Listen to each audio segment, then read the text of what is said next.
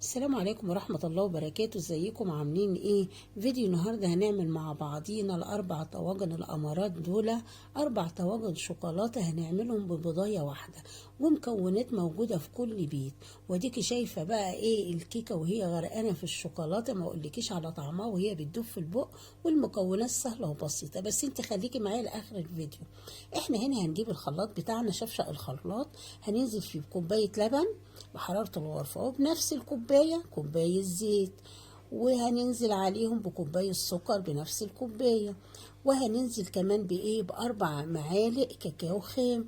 قاعد ننزل بقى بكيسين فانيليا. دي المكونات بتاعتنا كلها، وهنضربهم كويس قوي في الخلاط لغاية ما يتقلوا معانا كده. بعد كده هنعمل هناخد مقدار كوباية واحدة بنفس الكوباية دي، هنركنها في التلاجة بقى. وانزلي بقى على بقية المقدار، هننزل ببيضة واحدة نضربهم كويس في الخلاط ونحطهم في بولة، وننزل عليهم بكوباية الا ربع دقيق ومعلقة او كيس كامل بيكنج باودر، نخلط الخليط بتاعنا كويس قوي. خلاص احنا كده عملنا الكيكه بتاعتنا. اظن العمليه لغايه دلوقتي سهله قوي. وجبت بقى الفخار بتاعي كده ودهنته بالزيت، وهبتدي اوزع الخليط بتاعي على 4 الطواجن اللي انتوا شايفينهم. بس بحيث انا مش عايزاكي تكتري المقدار، يعني كفايه نص الفخاره كده، نص الطاجن بس. وهكون مشغله الفرن بتاعي على درجه حراره 180، وما تشغليش الشوايه من تحت بس على الرف الوسطاني. وكده بعد كده هنعمل بعد ما يطلعوا معانا ويبردوا، واديكم شايفين شكلهم تحفه. هبتدي اخرمهم بالشوكه كده، اعمل فتحات كده بالشوكه، وابتدي اجيب اللبن اللي انا نزلت عليه بمعلقه كاكاو، لبن بارد بارد عادي، وازق الطواجن بتاعتي.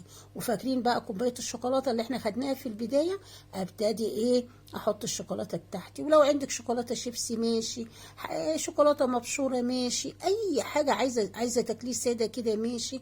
اظن الطريقه سهله او بسيطه. ويا ريت بعد ما شفنا الطواجن الجميله دي ما تنسوش تدعمونا باللايك والاشتراك في القناه وتفعيل زر الجرس ليوصلكم كل جديد. انا هنا كان عندي شوكولاته بيضه، ابتديت احطها كده على الوش واعمل الشكل الجميل اللي انتوا شايفينه ده. واظن الطواجن سهله وبسيطه والمكونات بسيطه جدا وموجوده في كل بيت. ويا ريت اعرف رايكم في التعليقات، واديكم شايفين الحلاوه والجمال. بس تعالوا كده نفتح طاجن مع بعضينا ونشوف شكله الطاجن، وهو بقى الكيكه غرقانه بقى في صوص الشوكولاته. وما اقولكمش على طعمها، بامانه بامانه طعمها تحفه جدا وبتدوب في البق.